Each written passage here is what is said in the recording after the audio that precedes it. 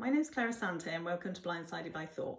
Today I'm talking about health anxiety, and I always think health anxiety is quite a fascinating one really, because your mind will want to tell you that it's different to any other kind of anxiety, and obviously it's going to give you the worst case scenario, which could be as bad as death or blindness or any other thing that your diagnosis or the thing that you're worried about with your health could lead to, and it will give you this big story about how you won't be able to cope with the process, the end result, everything. Your family won't cope, all those things that will kind of bring into it, and it will build this kind of case file on it, and it will feel very big and real.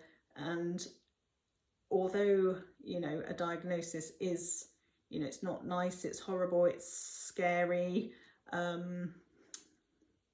but what's true about the actual diagnosis in that particular moment, in that moment you might not even be getting any symptoms, or you might be told something that's quite a long way down the line, so you can only really deal with what's happening in that particular moment.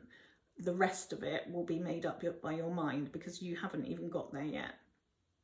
I think COVID has kind of given everyone a little bit of a taster of what it feels like to feel anxious about health, because we are constantly checking in at the moment, checking in with how we're feeling, how we're doing, who we've been around.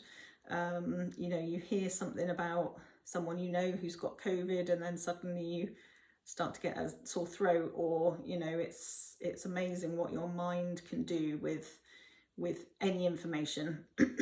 And the actual a diagnosis itself is neutral apart from the way it's seen through our perception. So for example, I've got an eye disease, so when I was diagnosed with the eye disease, my mind, it had no idea what to do with it really, because the eye disease I have is very rare.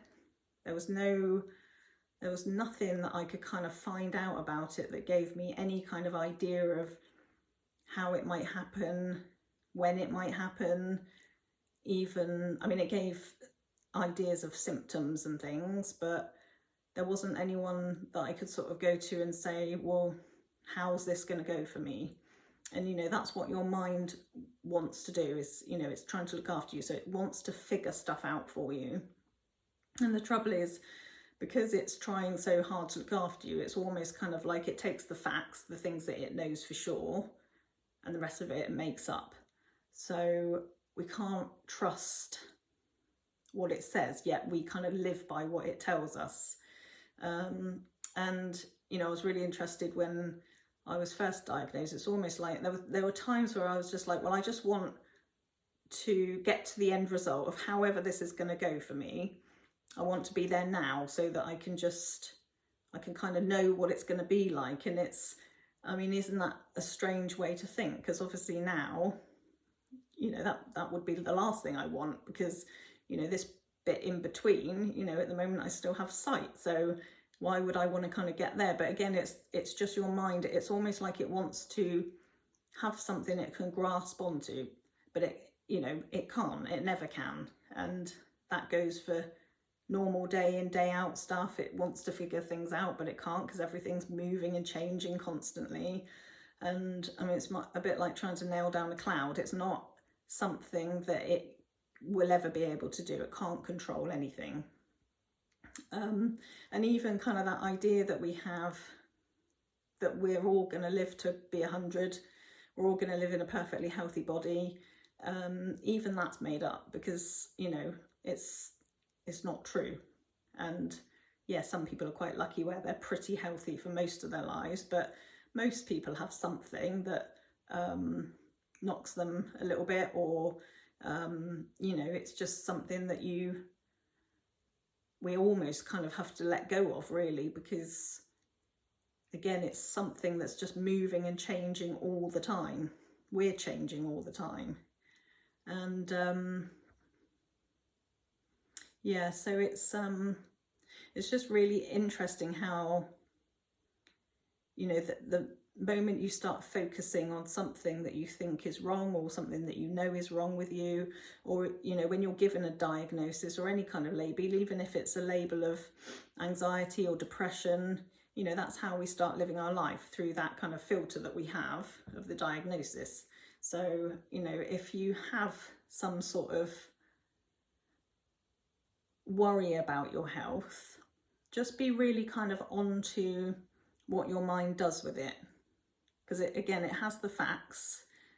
You know, if you've got symptoms, or, you know, something that is definitely happening, that's happening, but your mind will want to do all sorts of other things with it. Even if it's chatting to you about how it's going to get worse and how you're not going to cope and your family will struggle, and, you know, it just wants to constantly go into the future. Or, you know, if it's something you've heard from TV that's related to what you have or anything like that, then it will want to take that because it's got the facts, it builds from that, but the rest of it will make up. So just, yeah, just be really suspicious of what it's telling you. And it's not like, you know, our mind's not just, it's not just mean. It's got no kind of way of knowing good and bad. It's just, if you think something over and over again, because it's a machine, it will just keep bringing up the same stuff for you. And because we focus on those thoughts more, it will keep bringing them up because it thinks that it's what you kind of want. Whereas, you know, the general thinking that kind of comes in and out and does its thing about, you know, what you're going to wear that day or what's for dinner, that kind of thing, because we don't focus on them, they come in, do their thing, and then they leave.